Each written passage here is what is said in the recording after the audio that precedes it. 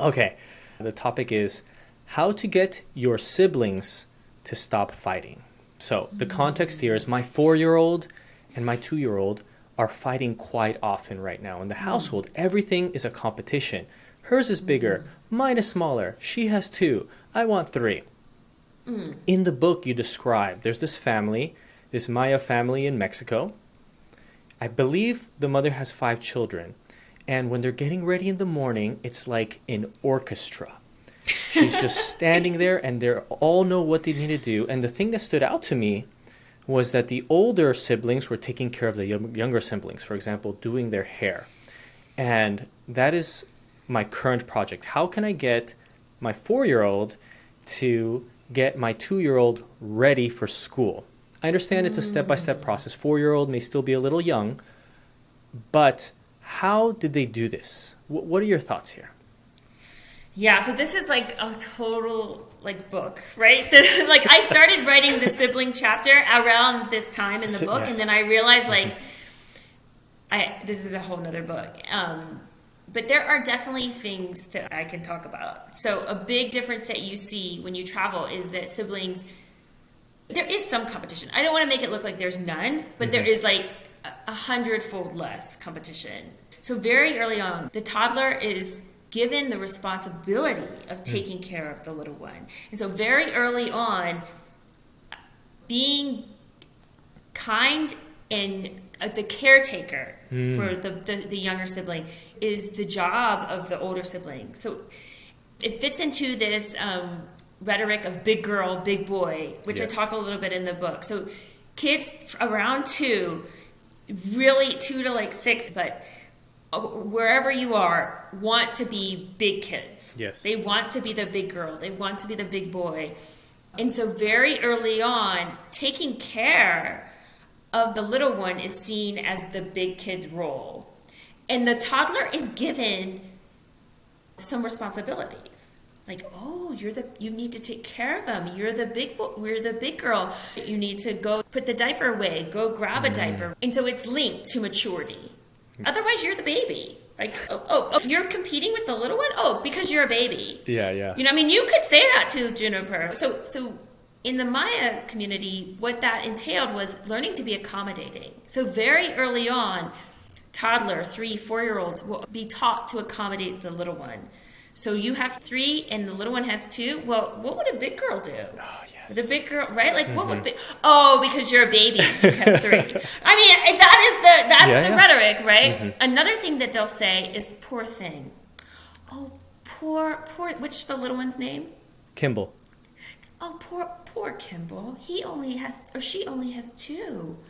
Poor thing. Yeah. You know, it's interesting. I hear that here in Texas. Someone goes, "Oh, poor thing." I think it's a very common. So you're teaching the older one empathy for the younger one. You're teaching the older one accommodating, empathy, and also this idea that looking after, not competing, looking after is a responsibility, and it's something that a big girl would do. I'm working on a piece about like how you get children to care. And like care for each other, and it's a lot of this. And I had the epiphany the other night that it's about responsibility. When you give children responsibility, they start caring. You know, I mean, we're the same way, right? Like, this is your responsibility now, Michaeleen. You're going to do the whole health segment on Monday. Like, that's what I just got assigned. And then I start caring about it more. Well, this is a big responsibility. And kids are the same way. They want responsibility. They're built to have responsibility. And so connect that cooperation, empathy, accommodation for the big one, connect that to maturity and give her real responsibility. Yes. Like, Juniper, I'm not sure you're ready for this, but you know, if you were if you were a big girl, you would be able to like give all of your candy to the one, you know? And then the other thing that they do is if things are not shared. So if you don't share your toys, if everything is shared, candy, food, toys, everybody shares it with everyone. There isn't this sense of like mine and yours that we really kind of delineate in the US. And if you do that, like if you do have like a special toy that's just Juniper's, then it's not shown to the little one.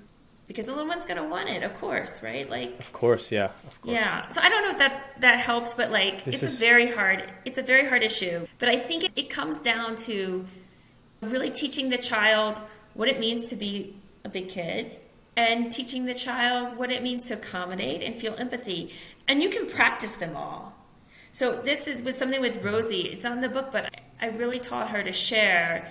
She doesn't have a sibling, but really taught her to share by practicing. So we'll get food and we practice sharing it all. Or we'll get a bag of chips and I'll be like, go give that little one some chips, right? Like, it's just practicing at other times, so it becomes, and then, she does it really quickly, like, what a big girl, because you're a big girl. So really attaching it to maturity. This is a tool that I think we underuse a lot. Absolutely. Is this responsibility and maturity. Like, what does it mean to be big? And try it. Let me know what Juniper does. Yeah. No, I love this. And I want to add some practical things we've also done at home based on the teachings from the book. So, for example, from a very young age, both Juniper and Kimball, whenever they wanted something from the pantry, they could get any snack they want, and we can go into details of that. But if they get a snack, they know they should always get a snack for their sibling as well. And exactly. From the very beginning, Juniper got something. I'm like, what about Kimball? What do you, just a slight reminder in the very beginning. And now both of them, every time they get anything, if they even get like a fork from the kitchen, they will always get 2 forks. Just walking around, and Kimball will be like, Junie, just showing her the fork. So that was something practically that I think has worked well.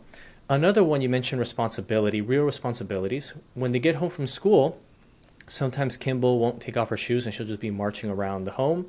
And I'll just say out loud, kind of just in passing, I hope there's a big girl who can help Kimball take off her shoes, or teach her that when we enter the household, we have to take off our shoes. And Junie's been really good as well. She doesn't do it every time, but quite often she feels that responsibility to take off Kimball's shoes. So, and then one other thing to add. That's fantastic. It's fantastic. And the greatest And you're right, they don't do it all the time. That's like such a great statement you just said, because you can never expect kids to do things all the time. That's when we get in trouble. We cannot expect them to do things all the time. So I love that you said that. It's not all the time. And that all we're asking for is like maybe 30%. That's a good way to set the barometer for what we should expect. 30% solid. Yeah, 30% solid. 50% is amazing.